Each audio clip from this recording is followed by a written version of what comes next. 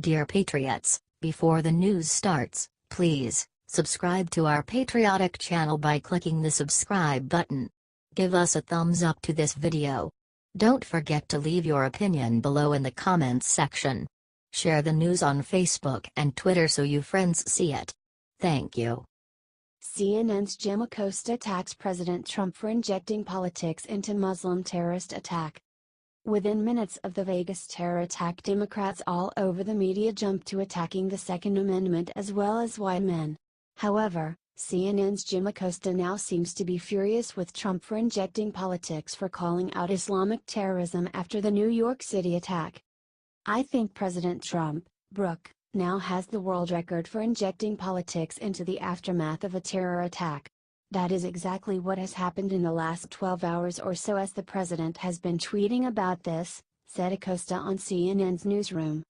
And if you look at the comments he made at the beginning of his cabinet meeting, in addition to regarding the U.S. justice system as a joke and a laughingstock, he also called for sweeping changes to the nation's immigration system, saying we should get rid of the diversity lottery system. This has been in place for almost 2 decades, said Acosta. Keep in mind, when the president blames the Senate Minority Leader Chuck Schumer and Democrats for this is a program that was put in place by Democrats and Republicans, said Acosta. And there was an effort in 2013 by the so-called Gang of Eight on Capitol Hill in the Senate that tried to do away with it, Republicans and Democrats. So the president is playing politics with this, said Acosta. Do you think he gets this angry when Democrats inject anti-gun politics after every shooting? Or is he perhaps a biased hypocrite?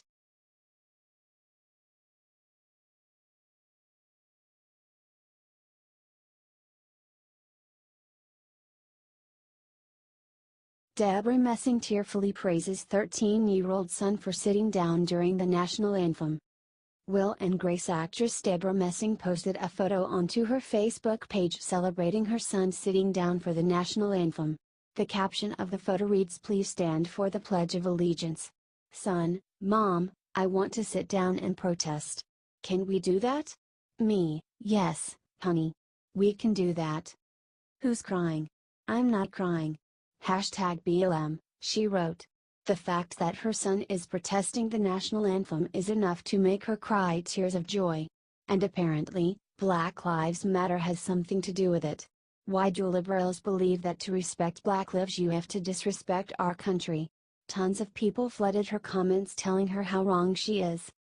Deborah, and you're proud of that? I'm sickened by your disrespect. I doubt that I'll ever watch Will and Grace again. You, single-handedly, are destroying your audience, wrote one user. This is crazy. I would live for my husband to stand in front of you in uniform and you sit for the pledge. The day you fight for this country is the day that you can protest against it, wrote another. How about Americans, and people living in the USA, respect the country. Stop disrespecting the men and women that fight for this country and those that have lost their lives doing so. As a Marine mom, this is sickening. Please stop teaching your kids this and teach them to change the world in a positive way. Not sitting. I love Will and Grace, but I'm so sick of seeing this crap.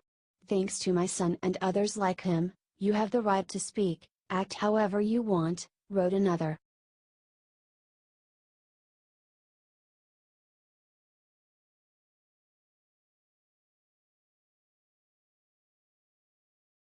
DNC's Howard Dean tells all old people to get the hell out of politics.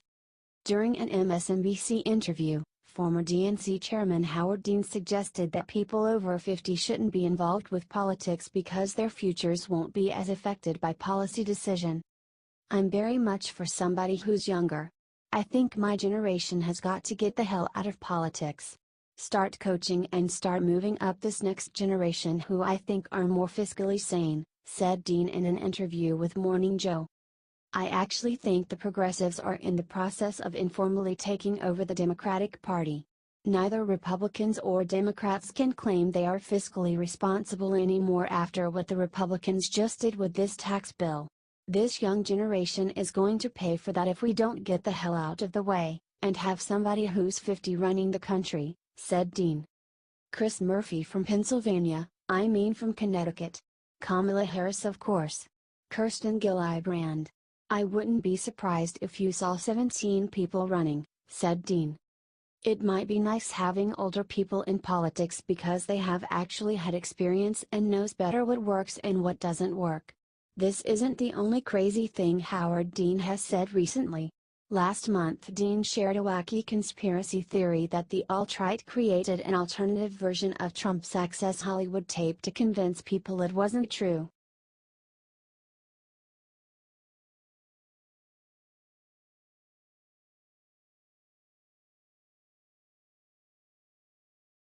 MSNBC just said NYC terrorism could have been caused by radicalized Catholics.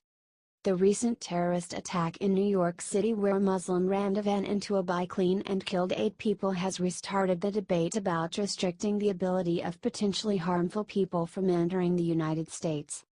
Liberal network MSNBC, however, pushed back against this and argued that this would not help, claiming that people who grew up in the United States are just as likely to become terrorists. One guest even went so far as to claim that terror attacks have already been carried out by radicalized Catholics. The network's security expert Malcolm Nance first claimed that terrorist attacks are carried out because of evil, but that it has nothing to do with the Islamic religious. He said, "It is evil. You're seeing the physical manifestation of a cult ideology. What you're seeing is not Islam, whatsoever. None of is this condoned. Including the sacrificing and getting yourself killed at the end of a terrorist attack, none of that is Islamic, it's anti-Islamic." Nance then claimed about terrorists, when you get down to the street level, you have these former petty criminals, these guys who are really sort of losers in their own society. Even Christians, we have seen Catholics in Canada who converted to quote-unquote, Islam and carried out acts of terror. You see them do this and what you really see is a person who either has a mental defect or who has some loss or vacuum in their world, and they decide ISIS or Al-Qaeda ideology and those acts will validate them once and for all in their life. On a previous show on MSNBC, Malcolm said the same thing talking about the Boston bombers, saying, "We saw the same problem that happened with the Tsarnaev brothers in Boston. These people self-radicalized and it could have been an American who was formerly Catholic 2 weeks ago just as easily as a person from South Asia. Why do liberals keep apologizing for radical Islam?"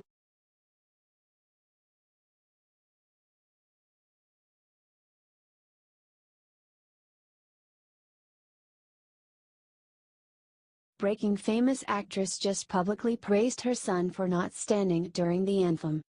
Following the great racial divide in America created by former President Barack Obama, many Americans on the left have become increasingly confused when it comes to supporting the country that has done so much for them.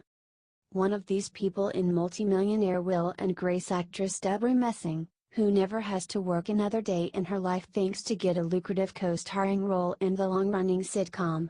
As a matter of fact, her 13-year-old son Roman certainly will not have to work a single day in his life, either. Regardless of this, these two hyper-wealthy U.S. citizens feel that they have the right to publicly spurn the United States, its flag, and those who have sacrificed so much to protect our nation. Deborah and Roman recently attended a New York Rangers hockey game, and her son told her that he did not want to stand for the national anthem. Instead of carrying out proper parenting and correcting this confused junior high schooler, Deborah gave him permission to do so and even expressed pride at his choice to insult America. She posted this incident on her Facebook page, writing, "Please stand for the Pledge of Allegiance. Son, Mom, I want to sit down and protest. Can we do that?" Me, yes, honey. We can do that. She added, "Who's sick, crying? I'm not crying." #BLM, the actress added. Commented one Facebook user on her post, "Deborah, and you're proud of that? I'm sickened by your disrespect. I doubt that I'll ever watch Will and Grace again. You, single-handedly, are destroying your audience. Do you think Deborah Messing should be ashamed of herself for how she did both her son and America wrong?"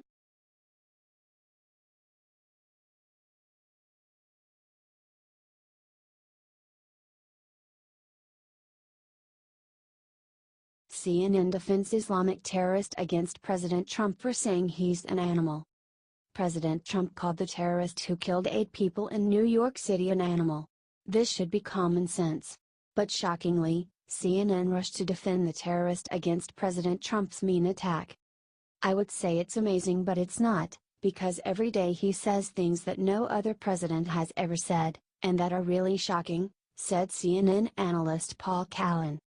Calling somebody, in a criminal case, as President of the United States, an animal, maybe the guy on the street thinks that, and a lot of people think that. But the President of the United States has to stand with a little bit of dignity when representing the country. And what he is suggesting, I think, Brooke, in saying what he did, is that we should take them out and shoot them, said Callan. Wow. That's ridiculous. That wasn't CNN's only ridiculous comment of the day. They also attacked Trump for saying they should send the terrorists to Gitmo. According to CNN analyst Juliette Kayyem, if we do that, then the terrorists win.